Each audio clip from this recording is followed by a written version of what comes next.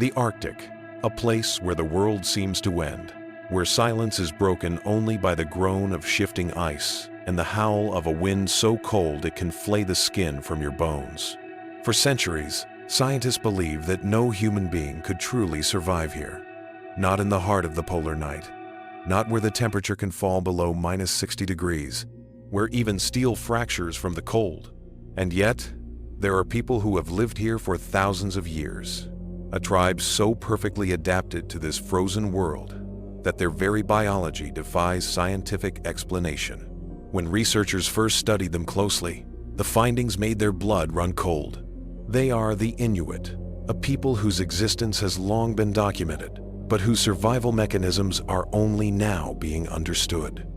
And the deeper scientists look, the more questions arise.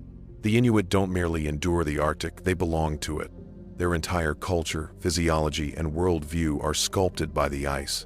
They have no word for winter, because for them, it never truly ends.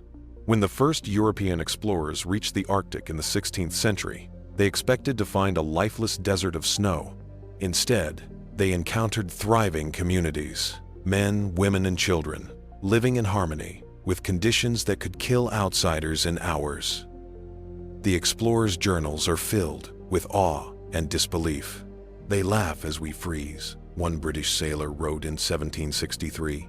They eat raw meat as if it were bread, and their blood runs warmer than ours. At the time, it was dismissed as exaggeration.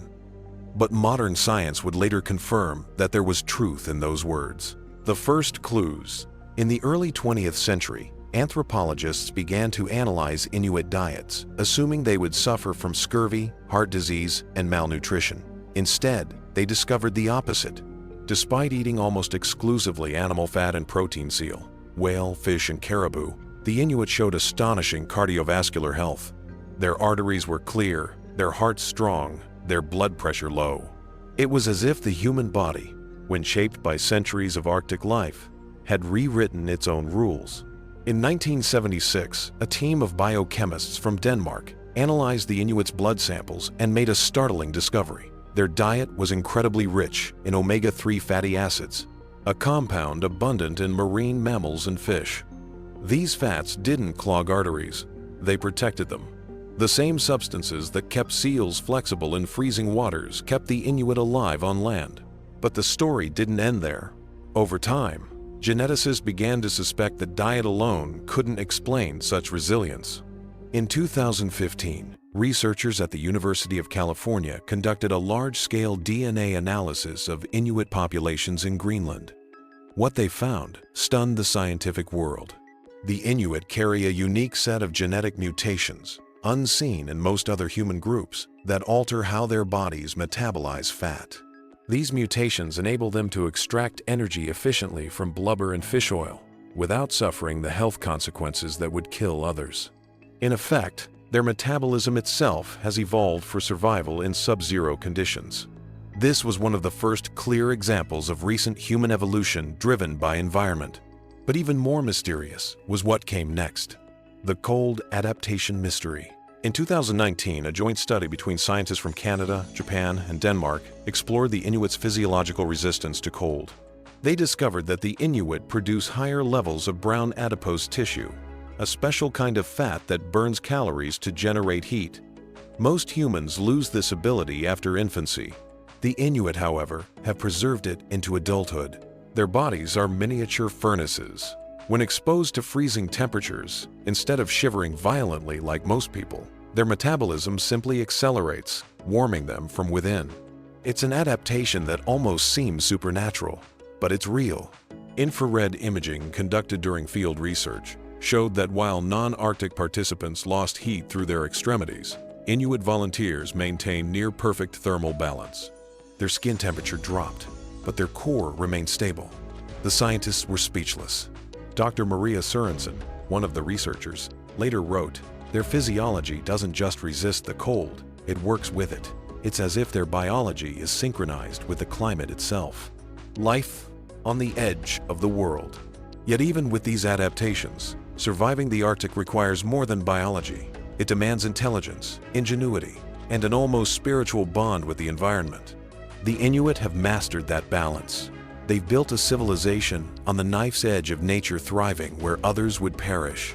Every tool, every gesture, every tradition they preserve is the result of 1,000 years of refinement. When temperatures plummet and the landscape becomes a white abyss, the Inuit turn the impossible into routine. Their clothing, made from caribou and sealskin, is a masterpiece of natural engineering, lighter than any modern parka, yet more insulating. Each stitch follows ancient patterns designed to trap air and repel moisture.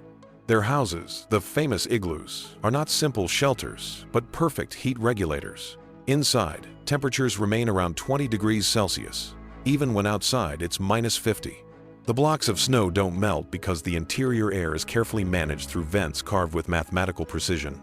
When European engineers later studied them, they found that the igloo's dome shape distributed heat and pressure as efficiently as a modern architectural design. But perhaps the most remarkable aspect of Inuit survival is their relationship with the animals they hunt. Every kill is accompanied by ritual.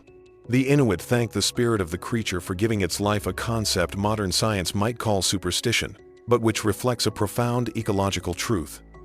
In the Arctic, waste is death. Respect is survival. Nothing is discarded. The seal's flesh becomes food. Its skin becomes boots. Its bones become tools. And its oil becomes fuel for lamps that burn softly through endless nights. And yet, for all their mastery, the Inuit have never tried to dominate their world. Unlike industrial societies, they do not see nature as an enemy or a resource to exploit. To them, it is a partner, powerful, unpredictable, but worthy of reverence. The encounter that changed everything. In the winter of 1921, the Arctic explorer Knud Rasmussen joined an Inuit hunting party in Greenland for a 6-month expedition. He described moments that defied his understanding of human endurance. He wrote of hunters navigating blizzards by taste, licking the ice to determine direction, because the wind from the sea left a faint salt residue on the crystals. He saw them travel for days without sleep, guided only by instinct and the subtle shifting of the stars behind veils of fog. But the most shocking event came one night when the temperature dropped below -70. Rasmussen awoke to see his companions sleeping on the open snow, without fire or shelter, wrapped only in furs. Their breath froze into mist above them, forming halos in the moonlight. "I thought they were dead," he wrote, "but when morning came they rose laughing, their faces unburned by frost. I realized then that they had become something we, who call ourselves civilized, can never be again a part of nature, not apart from it." That realization would later inspire generations of scientists to study the Inuit not just as a culture, but as a key to understanding human potential itself. Because what shocked the researchers most was not what the Inuit had, but what they didn't. They lacked modern medicine, insulation, or technology. And yet, they were healthier, stronger, and more resilient than most of the industrial world. Their survival challenged everything we thought we knew about human limits. The Arctic, it seemed, hadn't just shaped them, it had transformed them. And deep within that frozen transformation, scientists were beginning to suspect might lie the secret of evolution still unfolding. When the first genetic studies of the Inuit were published, scientists thought they had reached the end of the mystery. Instead, they had only begun to uncover it.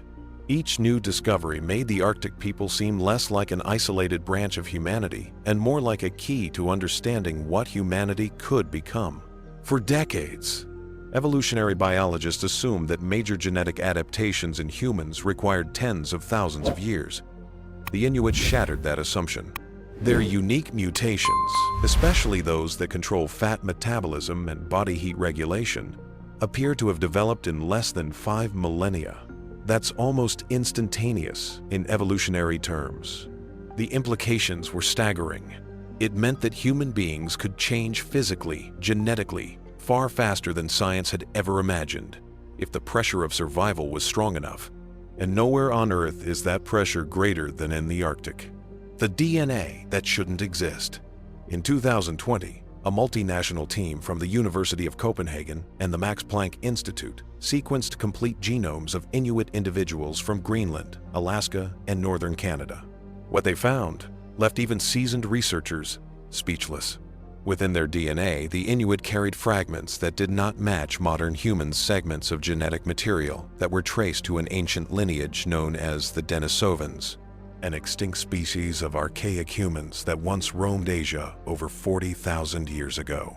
Until then, Denisovan genes had been found primarily in populations of Southeast Asia and Melanesia, thousands of kilometers away from the Arctic. So how had their DNA ended up here? The answer forced scientists to rewrite part of human history.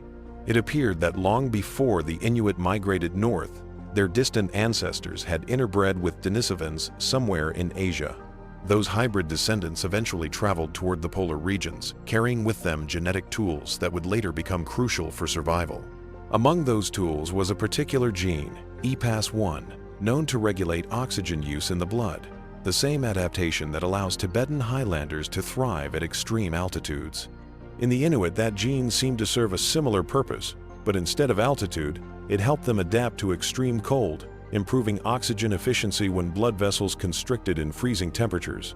This was not coincidence, it was evolution's precision.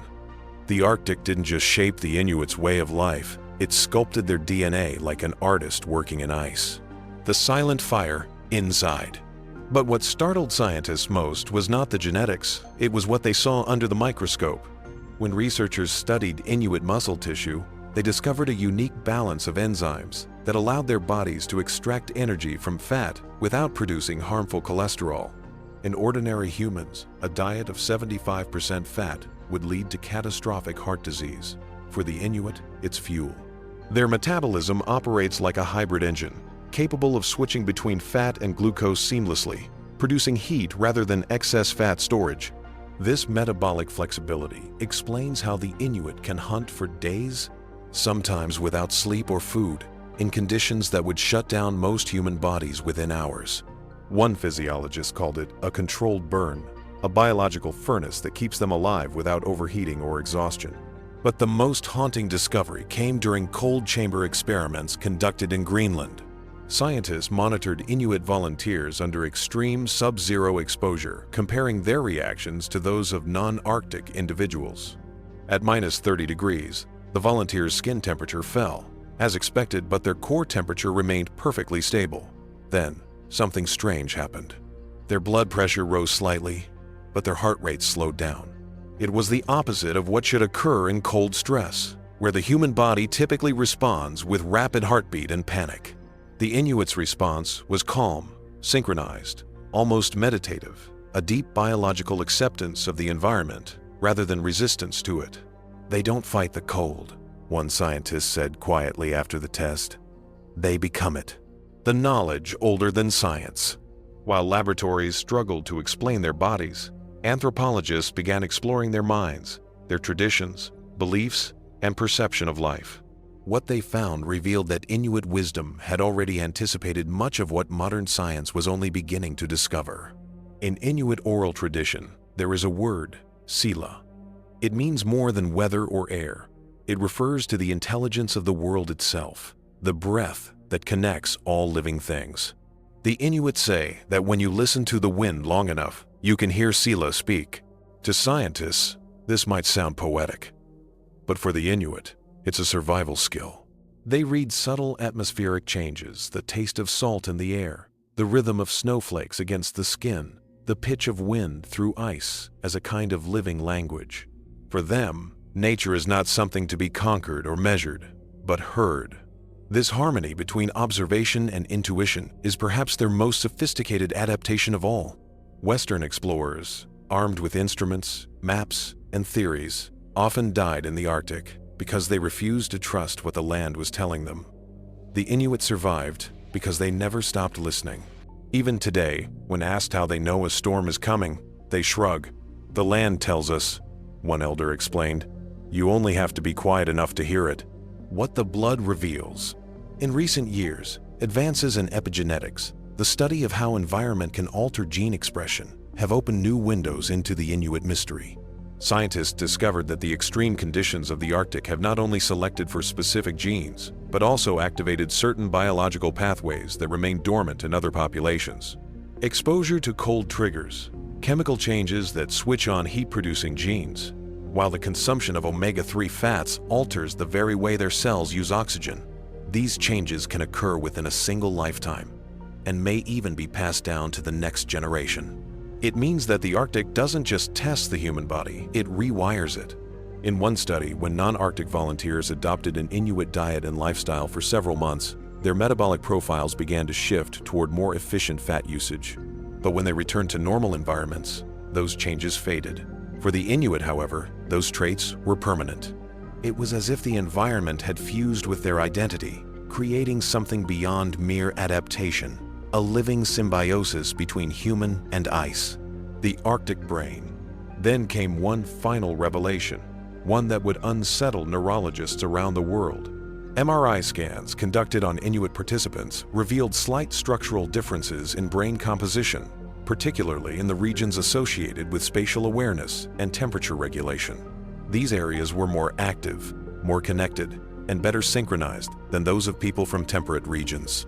When scientists analyzed their brain activity during simulated blizzards, the results were astonishing. Instead of heightened stress responses, Inuit brains displayed patterns of focus and clarity. While most subjects experienced sensory overload and confusion, the Inuit maintained orientation and calm. To the researchers, it looked almost like meditation, but to the Inuit, it was instinct. Some neuroscientists now believe that thousands of years in extreme conditions may have fine-tuned their neural circuits to interpret environmental stimuli differently, allowing them to make decisions, navigate, and conserve energy with unmatched precision. In other words, the Arctic didn't just sculpt their bodies, it reshaped their minds. The unanswered question. Every discovery seemed to circle back to the same haunting realization. The Inuit are living proof that humanity is not static. They show that evolution isn't an ancient event locked in the past, but a continuous process happening now, within us, shaped by the places we live and the choices we make. But there's something else, something that science still can't explain. When anthropologists lived among the Inuit for extended periods, they reported feeling what they called the silence of the North, a psychological transformation that defied measurement. They described a sense of clarity, a detachment from the noise of the modern world, as if the Arctic stripped away everything unnecessary until only awareness remained. One researcher, after a year in northern Greenland, wrote, "They are not afraid of the cold. They are afraid of the noise of civilization. The silence gives them strength. It gives them something we lost long ago." Perhaps that is what truly gave scientists goosebumps, not the biology, not the genes, not the endurance, but the realization that the Inuit embody a harmony with nature, that the rest of humanity has forgotten how to feel. When scientists first arrived in the Arctic, they thought they were there to study a people from the past, a society frozen in time, cut off from progress. But as the years passed, they realized they were witnessing something else entirely. The Inuit were not relics of a lost age. They were a glimpse into humanity's future. The deeper researchers went, the more they began to see patterns not just in biology, but in philosophy. It became clear that the Inuit had achieved something modern civilization was desperately struggling to regain: balance. Lessons written in ice. In 21st century laboratories, scientists are racing to develop genetic modifications that could help humans survive in extreme environments, from droughts to deep space. But in the Arctic, nature has already done the work. The Inuit's biology is a living blueprint for adaptation. When climate researchers began studying Inuit populations in Greenland and Canada, they noticed something extraordinary. Despite centuries of isolation and minimal technology, their population remained remarkably stable. They never overhunted, never exhausted their food sources, and never polluted their waters. Their cultural code was self-regulation, a kind of unwritten law to never take more than the earth could give. This principle, encoded in every aspect of Inuit life, ensured that their world, a place where survival depends on fragile equilibrium, stayed intact for thousands of years. Scientists began to ask themselves a troubling question. What if the rest of humanity had forgotten these rules long ago? To the Inuit, the planet is not a resource, it's a relative. The sea, the ice, and the wind are alive, conscious, and deserving of respect. They call the ocean Imarpik, the Great Mother, and the ice, Siku, the skin of the earth. In their myths, if humans act greedily, Siku cracks open and swallows them whole. And though these may sound like legends, they carry a wisdom. Modern ecology now confirms that the planet itself is not infinitely forgiving. The future, hidden in their blood. In 2022, an international research team revisited the genetic data collected from Inuit volunteers, this time with a new goal: to understand how their unique physiology could help future generations survive global warming. The results were astonishing. The same genes that protect the Inuit from extreme cold could, paradoxically, also guard against heat stress. Their brown adipose tissue, which burns fat to produce warmth, can also regulate body temperature during heat exposure by redistributing energy more efficiently. This discovery could revolutionize medicine. Scientists are already studying how activating similar metabolic pathways might help people survive heart attacks, strokes, or extreme dehydration. The Inuit might hold the key to making the human body adaptable to new climates, even to life beyond Earth. NASA's Human Adaptation Division took notice. In a confidential report leaked in 2023, it was revealed that Inuit DNA studies are being used to model potential genetic resilience for future Mars colonists. One researcher was quoted anonymously: "If humanity ever thrives on another planet, it will be because of what we learned from the people who mastered the coldest one." The world begins to listen. For centuries, the Inuit had been dismissed as primitive, their stories seen as folklore, their survival as luck. But as the Arctic melts and the ice vanishes faster each year, the same scientists who once studied them now seek their counsel. In 2024, when a massive section of Greenland's ice sheet broke apart, local Inuit communities were the first to predict it. They noticed subtle shifts in the wind's rhythm, the taste of the snow, and the migration patterns of seal signs invisible to satellites. Days later, global sensors confirmed the collapse. It was a humbling moment for modern science.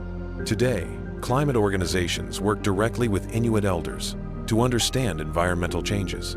Their ancestral memory, the oral history passed from generation to generation, turns out to be one of the most accurate records of Arctic transformation on Earth.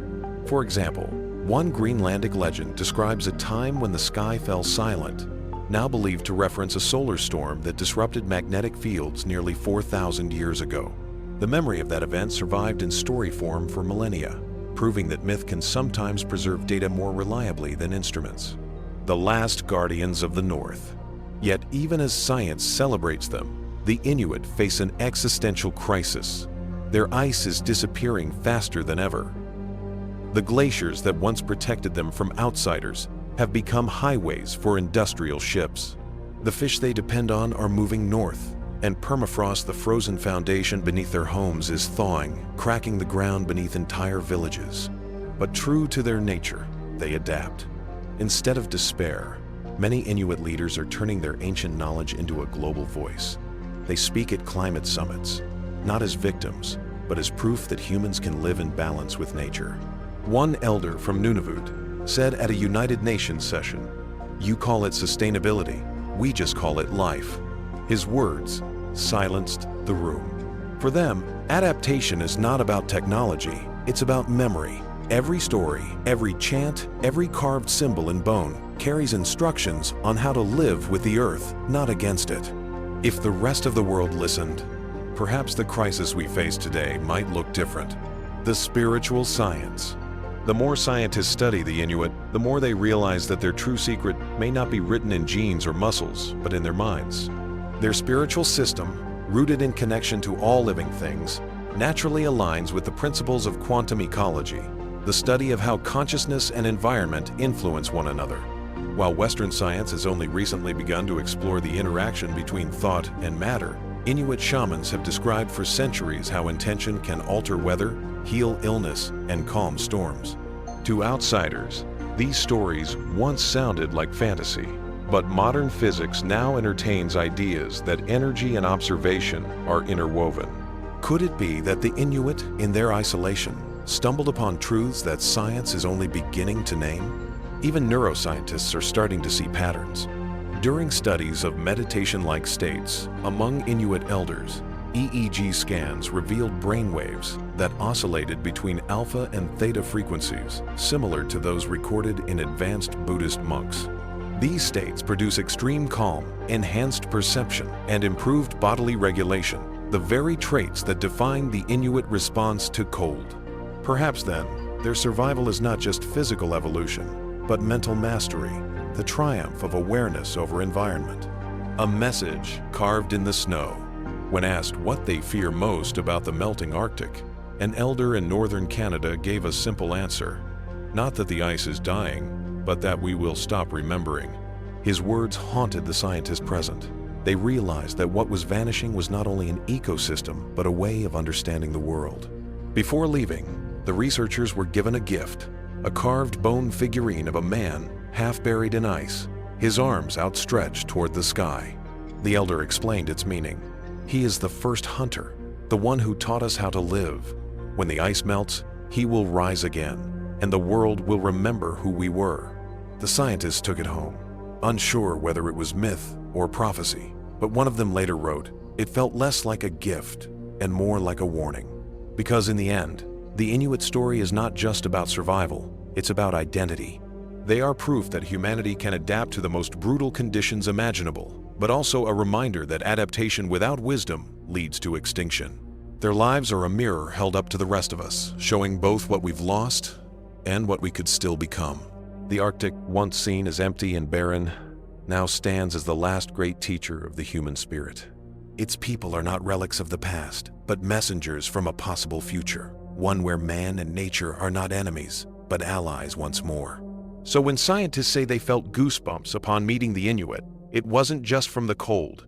It was from the realization that they were standing before something greater than survival, the living memory of harmony itself.